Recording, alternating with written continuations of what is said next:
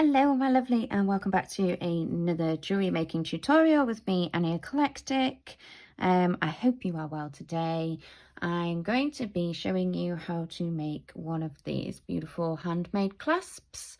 I've recently had a video, one creating memory wire bracelet, and a lot of you said that you really enjoyed the clasp part, so I thought let's just do a dedicated video.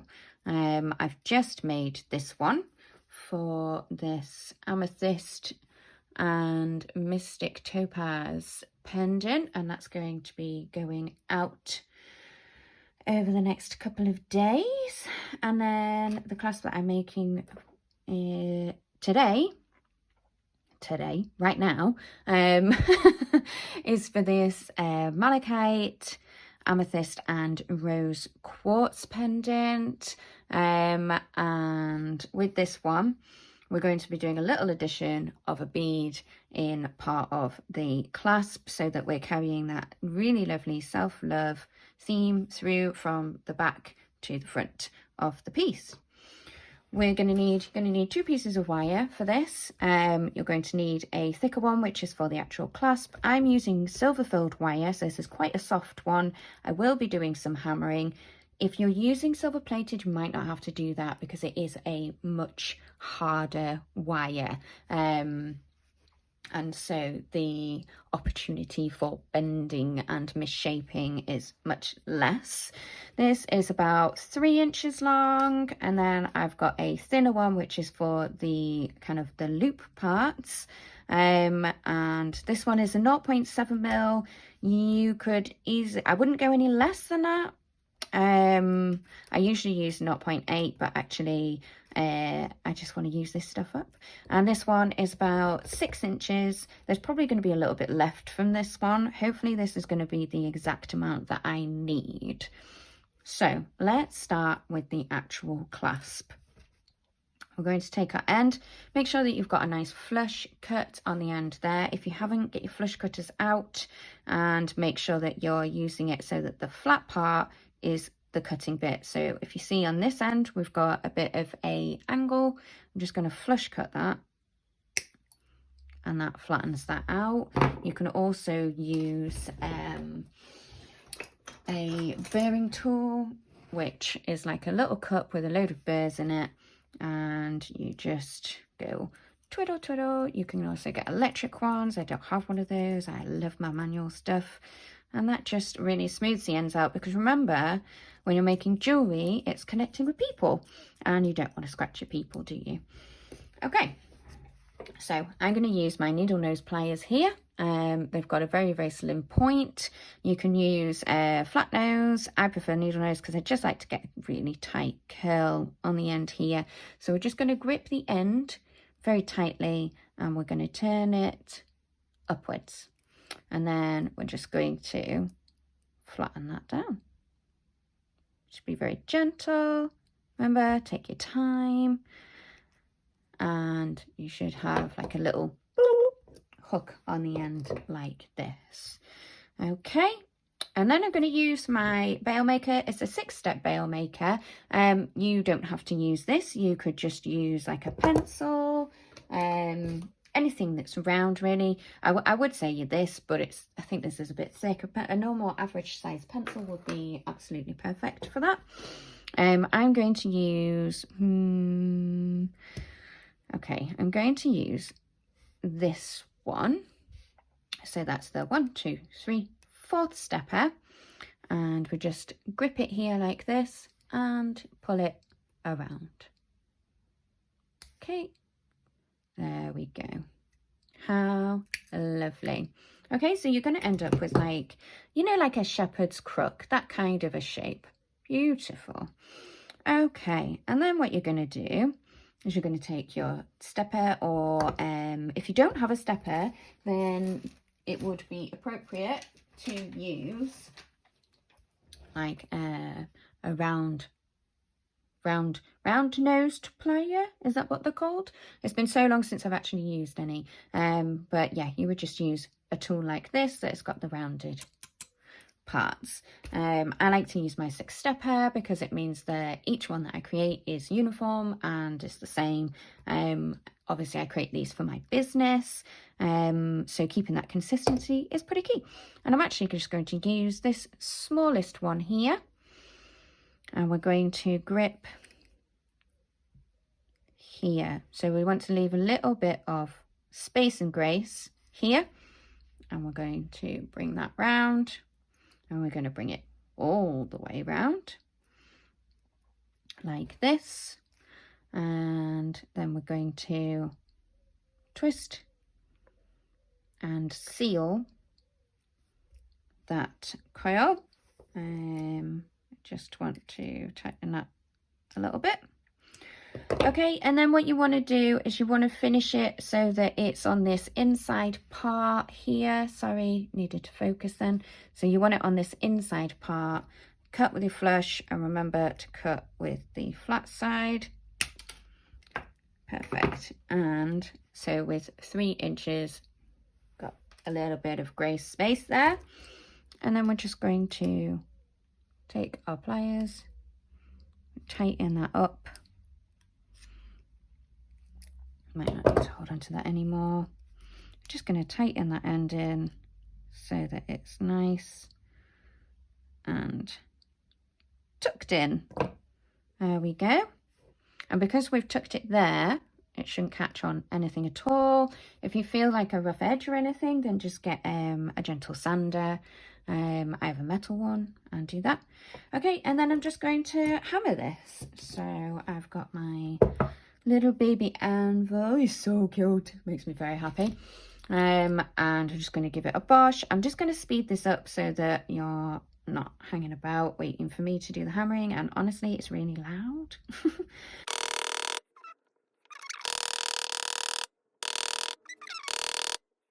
There we go. So when you're hammering, what you're doing is you're work hardening the wire, and it makes it much sturdier. You're compacting the molecules that are within the wire, and that makes it harder. It also gives it that really gorgeous little pattern. So it's called work hardening, or cold forging, I quite like to call it, because it makes me feel like I'm in an old school, you know, smithy. Okay, so I like to make my chains so that if a toddler pulled on it, because I have a toddler, it's not going to break. Obviously these are still delicate because it has this loop, but I do like to make in mind of people, real people wearing these, and working, and, you know, just generally living their lives. So we're going to make the loop part now. So that is, we've got this part here which connects the clasp to the chain, and we've got this part here which is the hook, the loop for the hook. So we're going to make 2 out of this one piece of wire. Okay, so I've just had to edit out a part because I forgot to actually connect it. So please don't do that. Do remember, you're connecting everything. The reason that we are doing closed ones is so that they don't break, but you do actually have to connect them first. So we take it round like this and bend at a 45-degree angle. At this point you want to do your hammering so that you are making that nice and sturdy. You don't need to do both sides, but I quite like to. Make sure the pattern is put on both sides. Grab your pliers and just boop, separate that a little bit. You see, separated. And then you're just going to put the chain on first. It's easier to maneuver the next loop if you've got the chain on first, because the chain is quite minimal. And then I'm just going to grip this. Let's just move that out of the way. We're still focused. Fabulous. And pull this round. Just take your time with this bit. It can be quite tricky. Take your time with the whole thing. Pull that round and give it a nice tuck.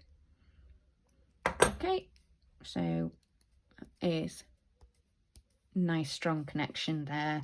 And this chain is made of what do you call it, stainless steel, so that it's hypoallergenic. It's super shiny, it's lovely, very easy to clean. I don't suggest putting it in water, but I did do a test once because I was suspicious of some wire that I had, so I put all of them in water, and this one was in for about a week and it didn't, there was zero rust, zero effect. Okay, so we're just gonna grasp this bit here, and we're going to do that 45-degree angle thing again here, and come in with this, and we're just going to go round, so it's the same thing just on the other end, all the way around like this. So you've got your loop, and then you're going to hammer that again, make it nice and strong, sturdy, good for people who work, do active things, you know. Don't wear it in the gym. Don't wear jewelry when you're getting sweaty or wet or whatever. There we go. And then we just want to do that separation thing again and bring the clasp in. Here we go. Loop that through and in. Push that back together. Grasp that. Shall I move this out of the way? And just wrap until you kind of meet the other bit of wire. So ideally you kind of want your ends to finish in the same place. There we go. Just get my snippies. Give that a snip. Boop. And we need that for the next bit, don't we? And then just tuck your ends in, love. Get them tucked. There we go. Okay. Have a feel. Can't feel any edges. That is perfect. That means you are fully tucked. Okay. And then we're going to do the loop for the other side. Here we go. And it is basically the same thing. So, right. You want your loop to be a bit bigger, don't you? Because you want to be able to fit that through, but not too big. So I'm going to go for this the third step. And you just do the same thing, bring it round, do your 45-degree angle, do your hammering. You're going to speed all the hammering up. Okay, you really do want to make sure that you're hammering this bit if you're using a softer wire, because this is where the clasp is going to pull. Right, so you don't need to attach this bit to anything. So just grab on, move that out the way, and do your loop-de-looping. Oh, okay, so that's a lesson learned. I made the mistake of hammering the bits that were overlapping, and I don't know if you can see, but it's made like a little dent in there, and that has just damaged it. But that's okay, we've got plenty of metal, and if we don't make these mistakes, we don't learn anything, do we? Okay, not a failure, learning moment. One that I learned a long time ago. I don't know why I did that. Okay, here we go. Once again, just hammering the loop. Okay, and then gripping on, pulling round,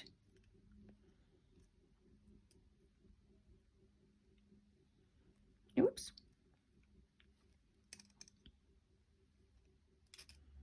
and just tightening that up, that end.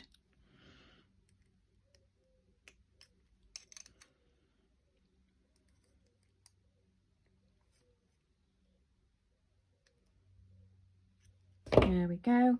And then this is the point where I'm going to add the bead. So it's just a 4mm rose quartz that I've just added in there. Okay, and then we need to do the 45-degree angle again. So just grip it here so that you've kind of got the same amount of space on either side there. 45-degree. And don't forget, you're connecting this one, and I'm saying this out loud to remind myself, you're connecting this one to the chain. Okay, so grip it. You want a smaller loop all the way around. If you need to do any straightening, then fantastic. That's what you need to do. Take your hammer. Okay, and then do your splitting like this. And we're going to post the chain through. That's it. And then gripping. Try not to grip the actual chain, because you might end up compressing it and damaging it. And then we're just going to go all the way around.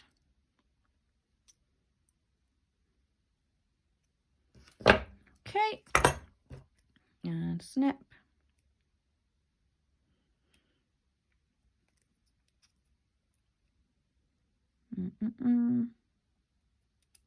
I snipped a little bit close to the edge there, but that's fine.